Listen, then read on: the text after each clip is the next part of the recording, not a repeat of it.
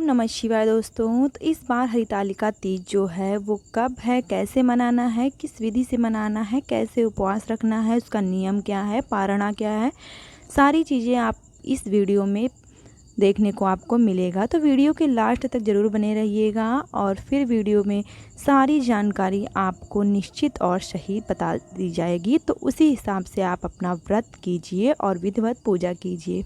हरितालिका तीज जो होती है वो सुहागिन औरतें रहती हैं और ये व्रत जैसे स्टार्टिंग से हम उठा लेते हैं जिस विधि से, उसी हिसाब से उसी विधि से हमें रहना पड़ता है, जिस तरीके से हमारे यहाँ बड़े बुजुर्ग रह आते हैं।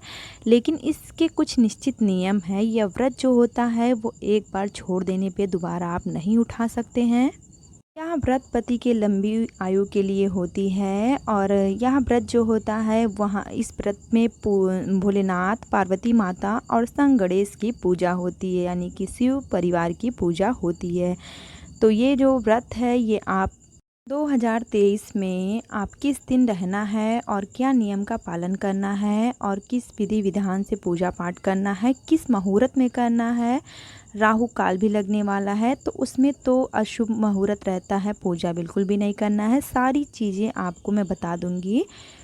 इस व्रत में पूजा सुबह की जाती है, लेकिन मेन पूजा जो है वो गौधरिया के समय की जाती है, यानी कि शाम के समय। हमारे हिंदू धर्म में उसे गौधरिया बोलते हैं। तो शाम के समय में की जाती है। उसका मुहूर्त भी मैं आपको अवश्य बताऊंगी।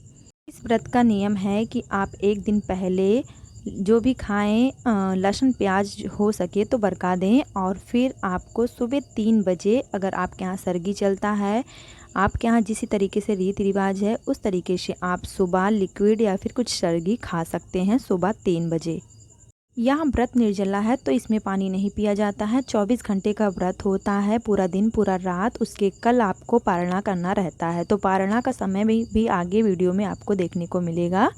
इस दिन आप सच्चे मन से, सच्चे हृदय से और पवित्र मन से, एकदम सच्चाई से आप शिव शंकर भोलेनाथ बाबा और माता पार्वती संग गणेश की पूजा करते हैं। सुहाग का सामान चढ़ाते हैं और हो सके तो आप सुहाग का सामान यूज करें और प्रसाद में आप किसी सुहागिन स्त्री को दे भी सकती हैं। इस दिन आपको पूरा दिन सोना नहीं रहता है। भजन कीर्तन कीजिए सच्चे मन से। चलिए जान लेते हैं शुभ मुहूर्त और किस दिन हमें पूजा करना है, किस दिन उपवास रहना है, कौन से मुहूर्त में करना है, कौन से मुहूर्त में नहीं करना है।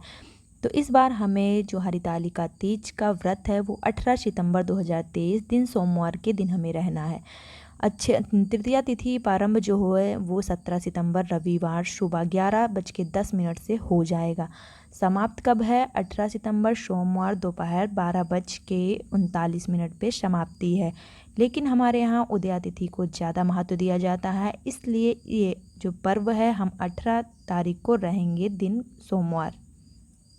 वैसे तो आप पूजा सुबह शाम कर सकते हैं और मेन जो है गौधरिया के टाइम पे होता है, लेकिन आपको मैं शुभ मुहूर्त बता दे रही हूँ। उसी मुहूर्त में आप पूजा कीजिएगा, बहुत ही फलित रहेगा। सुबह का समय है 6:07 से 8:34 का यह पूजा का समय है, शुभ मुहूर्त। लेकिन इसके बीच में जो राहु काल का समय है वो मैं आपको बता देती हूँ। तो 7:30 से 9 बजे तक राहु काल है। तो ये समय हो सके तो आप मत कीजिए पूजा, क्योंकि राहु काल का जो समय होता है वो शुभ मुहूर्त नहीं होता है और शुभ काम के लिए वो अच्छा नहीं माना जाता है। इसलिए मैं आपको ये दूसरा वाला बता रही हूँ। सुबह 9:11 से 10:43 के बीच में बहुत अच्छा मुहूर्त है। आप इस मुहूर्त में पूजा अवश्य कीजिए। यह मुहूर्त बहुत ही बढ़िया है। और दोपहर का जो मुहूर्त स्टार्ट होता है वो 3:19 से शुरू हो जाएगा, 7:51 तक रहेगा।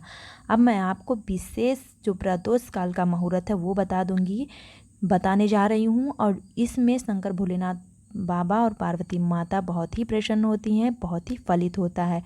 तो ये मुहूर्त जो है 5:39 से 7:09 के बीच में है। तो इसमें शाम के समय आप पूजा अवश्य कीजिए, बहुत ही बढ़िया मुहूर्त है, प्रदोष काल का मुहूर्त है। और व्रत फलित होने के बाद आपका जो पारण का समय है वो 19 सितंबर को है, 6 से लेकर 8 के बीच में आप कर सकते हैं। जितना हो सके वीडियो को शेयर करें कि अच्छी जानकारी सभी को प्राप्त हो। पहले से जानकारी के लिए मेरे चैनल को सब्सक्राइब करें।